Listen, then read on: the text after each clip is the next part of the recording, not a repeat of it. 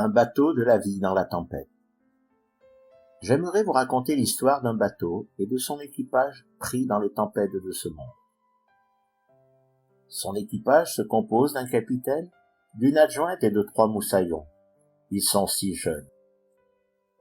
Entre tempête et mer calme, ils naviguaient tant bien que mal. Puis un jour, cet équipage recueillit un jeune naufragé.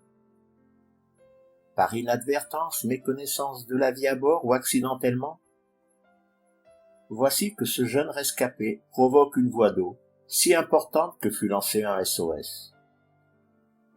Mais voilà, que pendant que les secours intervenaient pour colmater cette voie d'eau, et, tristement devant ce désastre, le capitaine préféra la mort au déshonneur, laissant son adjoint tenter vaille que vaille reprendre le voyage. Des amis furent présents lors de la cérémonie en son souvenir, tous ayant leur propre bateau. Mais chacun d'eux devait reprendre son propre voyage, et pour certains, la croisière n'était pas une croisière de tourisme.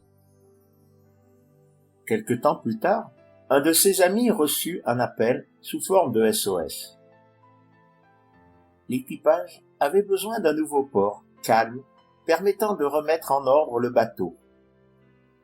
Ainsi, un nouveau port fut trouvé, même un nouveau capitaine embarqua, et après quelque temps, chacun reprit son voyage qui éloigna cet ami pour longtemps. Mais une nouvelle tempête survint, et au cours d'une escale, le nouveau capitaine quitta le bord, sac sur l'épaule, sans un regard pour l'équipage.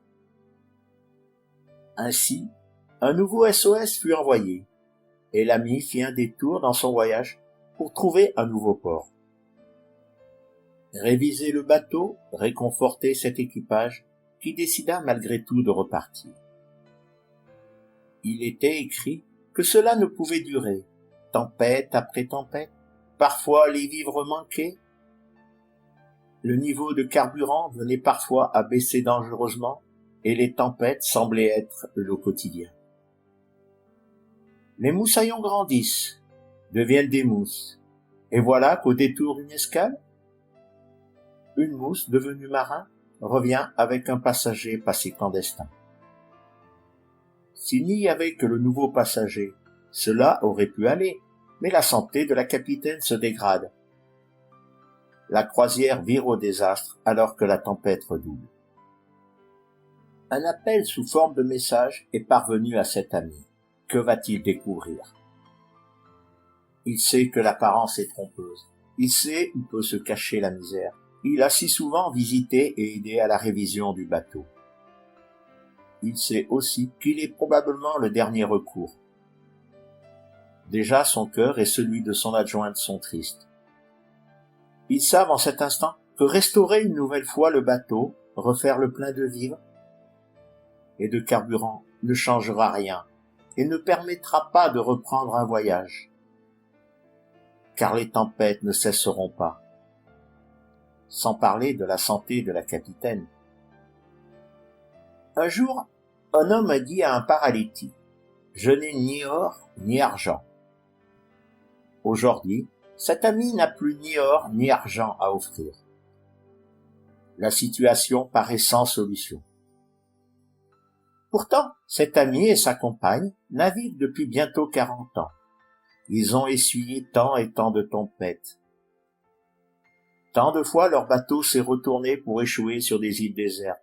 Tant de fois ils ont cru être abandonnés, au milieu d'une mer si calme qu'aucun souffle de vent ne venait faire frémir.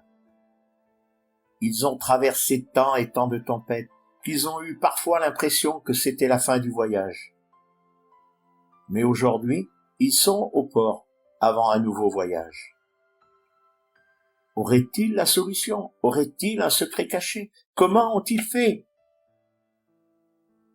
Les très gros bateaux, pour entrer ou sortir des ports, ont besoin d'être dirigés par un homme qui connaît parfaitement les lieux, les courants, les marées, etc.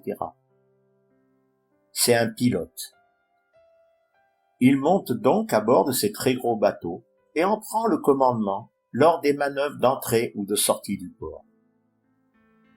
Le capitaine du bateau est toujours présent, mais il obéit aux ordres du pilote dans ces moments. Serait-ce le secret de cet ami, un pilote qui prend en main le bateau, non seulement pendant l'entrée ou la sortie du port, mais aussi pendant le voyage? Dans ce monde, nous sommes des capitaines, comptant sur nos propres capacités, nos propres connaissances pour évoluer dans les tempêtes de ce monde. Et souvent nos erreurs, notre méconnaissance font que nos bateaux coulent. Il semble que nos jolis bateaux sont devenus des barques délabrées, quand ce ne sont pas des radeaux faits de morceaux d'épave récupérés ici et là au gré des tempêtes. Nombreux sont ceux qui ont accepté de céder le commandement de leur bateau à un pilote expérimenté. Et pour cela, il a fallu qu'ils changent. Il a fallu qu'ils abandonnent leur prétention à tout savoir et tout connaître. Qu'ils abandonnent leur égoïsme, l'amour de leurs biens si précieux et l'orgueil de n'avoir besoin de personne pour être aidés. Il faut donc changer. Eh oui, pas de bateau où le moteur, la peinture du bateau et tant d'autres choses.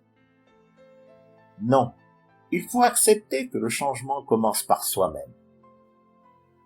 Changer soi-même, c'est reconnaître notre incompétence, notre orgueil, notre prétention, notre égoïsme, notre jalousie, et parfois notre haine, qui nous entraîne si souvent dans les tempêtes.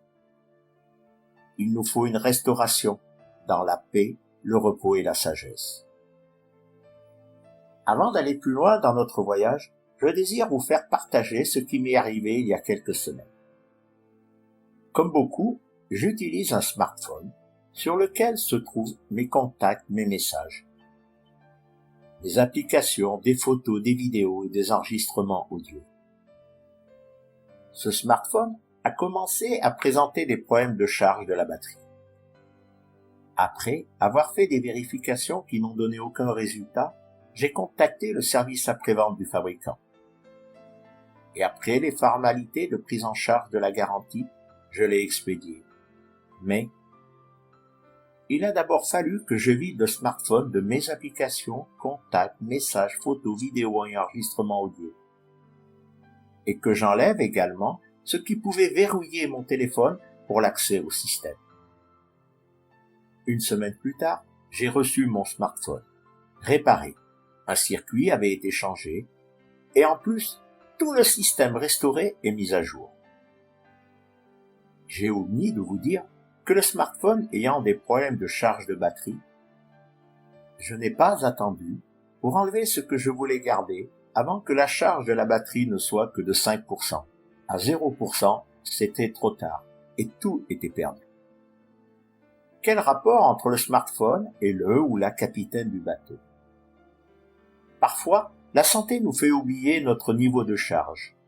Et il ne faut pas attendre, car à 2% égale danger, à 1% égale grand danger, et à 0%, il est trop tard. Comme j'ai renvoyé mon smartphone au fabricant, il faut revenir vers le créateur de toutes choses pour être restauré. Et le pilote dans tout cela. Des marins ont essuyé une terrible tempête sur un lac. Ils ont cru leur dernière heure arriver. Et ont réveillé un homme qui voyageait avec eux, et devant leur peur, cet homme a commandé au vent et aux éléments de se calmer, et le calme est venu. Évangile de Marc, chapitre 35, versets 36 à 41. Ils laissent là la foule et le prennent tel quel, dans la barque, d'autres barques sont avec lui. Survient un grand tourbillon de vent, les vagues se jettent sur la barque au point de remplir la barque. Et lui, il est à la poupe sur le coussin et il dort. Ils le réveillent et lui disent, « Rabbi, tu ne te soucies pas de ce que nous périssons ?» Il se réveille, rabroue le vent et dit à la mer, « Tais-toi, sois muselé. » Le vent tombe et c'est le calme plat. Il leur dit, « Pourquoi êtes-vous aussi couards? Comment? Vous n'avez pas d'adhérence ?» Ils frémissent d'un grand frémissement, ils se disent à l'un et à l'autre, « Qui est-il donc celui-là? Oui, même le vent et la mer lui obéissent. » Cet homme est devenu le pilote de nombreux bateaux dans les tempêtes de ce monde. Nombreux sont les hommes et les femmes qui lui ont abandonné la barre de leur bateau. Oui, son nom est Yeshua. Il est le fils d'Élohim, créateur de toutes choses et de l'être humain. C'est lui le pilote du bateau de cet ami et de sa compagne. C'est lui le pilote qui depuis 40 ans barre le bateau de leur vie.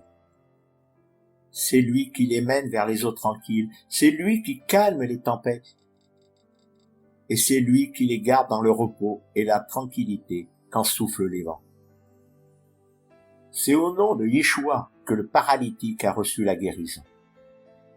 Actes des Apôtres, chapitre 3 et versets 1 à 8. Pétros et Yohanan montent au sanctuaire pour la prière de la 9e heure. Un homme, boiteux dès le ventre de sa mère, est amené là.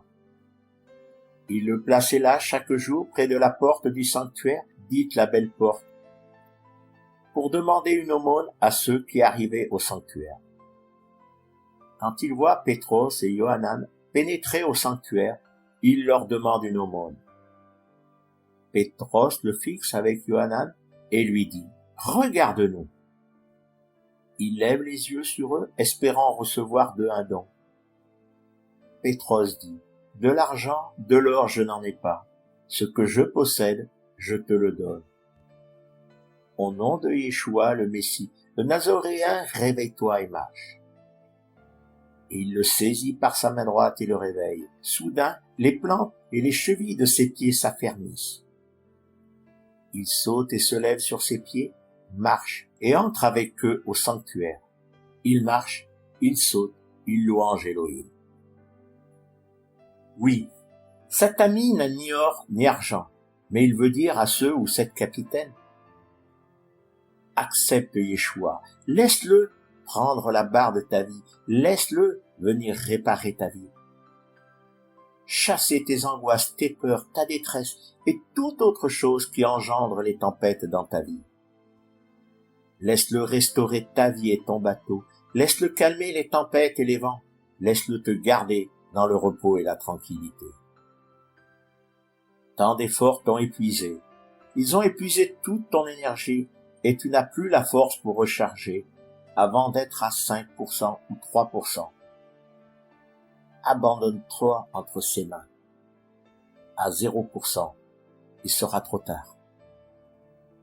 Tant qu'il te reste un peu de force, d'énergie, crie et laisse Yeshua t'aimer et prendre soin de ton être, de ton cœur et de ta vie.